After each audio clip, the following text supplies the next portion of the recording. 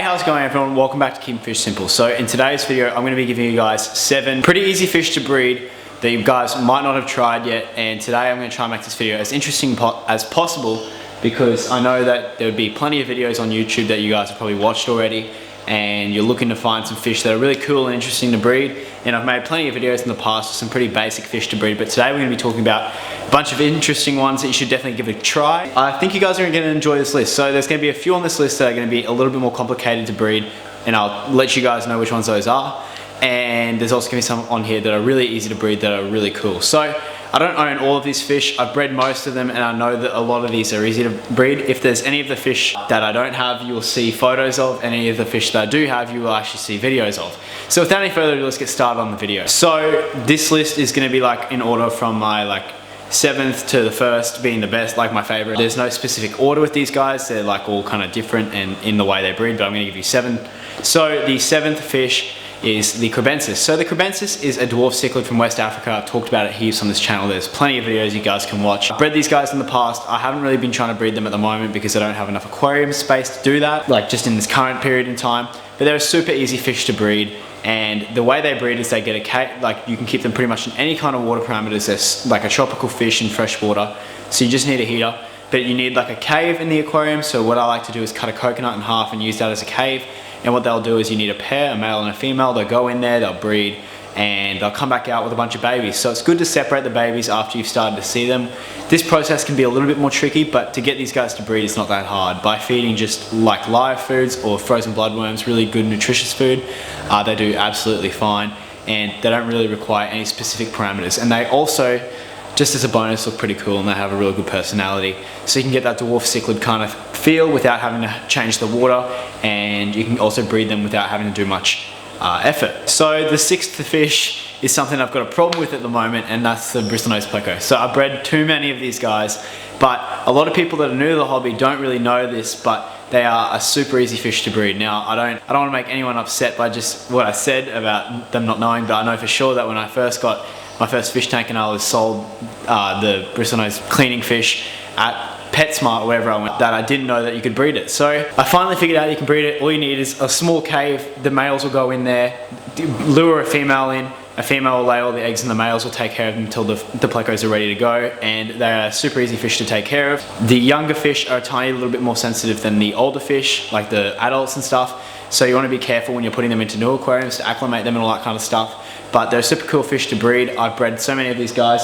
I've still got to finish my breeding series, but you guys can watch the first episode of that if you'd like to. And yeah, they're one of my favorite fish. They do a really good job at cleaning up algae, and they don't really require any extra parameters. One thing I will mention is if you guys want them to breed, definitely put a piece of wood or something in the aquarium, and just because they need that nutrition and just what their body requires to breed. So number 5 on my list is the Endgup. So the Endgup you might think is one of those fish that's kind of like a bit different, but I definitely do think that it's different from the guppy in that it's a little bit more wild and it's got a way different color spectrum than what the guppies do. And they're super easy to breed. They pretty much breed by themselves. You can put them in any kind of water. They have the exact same caring parameters as the guppies, and I actually believe they're a little bit more hardy than the guppies. I like them because they're small. You can fit more into an aquarium. You don't need a big aquarium to keep these guys, and literally just put them in there, leave them for like 20 days and they'll breed for you. You don't need to feed them anything special. They do love frozen Daphnia and stuff like that, but they also love baby brine shrimp, and they're a super cool fish to keep. They've got so much color, and breeders have done a really good job at making different types, and I just love them. So number 4 on this list is the Zebra Danio. So I bred these guys, and I bred way too many of them as well. They're an egg scattering fish. They live in fresh water. They don't need really a heat or anything. Super cool fish to keep. They have this zebra display. You can also get leopard Danios and all that kind of stuff. They breed the same way. The way you breed them is you put them in an aquarium with a mesh over the bottom, and they lay their eggs in moss. So you put a little spawning up in there, the eggs fall through, and then you take the fish out and you hatch the eggs yourself. So these are super easy fish to breed. They don't retail for much.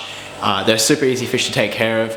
And the way they breed is they actually breed in the morning at sunrise. So you flick your lights off at night and you come back in the morning, turn them on, and they'll start to breed for you. So to induce these guys to breed, you just need like bloodworms and stuff like that, like live foods to get them in the mood. And a big water change always helps these guys too, but they're a super cool fish to keep. And yeah, they definitely deserve this place on the list. So the 3rd on the list is the Minnow. So I don't keep the Minnow, I've never really kept them. I know that they're pretty similar to the Zebra Danio in the way they breed. I think they're egg scatterers, I'm not too sure. And they're one of the different fish that I'm not that interested in, but you can get all kinds of different white cloud ones, you can get gold colored ones. I think they're really cool to look at and all that kind of stuff, but I've never really dabbled in them. I'm putting them on this list so that you guys can kind of get an idea of the different fish that you can try. I know for a fact that they're easy to breed. A lot of people put them in ponds and just leave them and they breed like crazy. And I think a lot of people as well put them in tanks. I don't really have that much experience with them. They're kind of just filling a spot on this list because I love making the 7 tips videos. I think it's a cool number, and I'm just being completely honest with you guys. I know for a fact they're easy to breed and they're a super cool fish to look at and all that kind of stuff, but yeah, that's the 3rd spot on this list. So 2nd on the list is an absolutely awesome fish. I love these guys so much. It's the corridor catfish. So I haven't even tried breeding these guys yet because of all the breeding projects that are going on at the moment. I'm raising a bunch of them up to start to breed them, so I'm getting them up to size, but they breed by, what you do is you lower the water, you lower the temperature, and you give them like a cold blast of water, like you empty the tank, like almost like do a really big water change, right?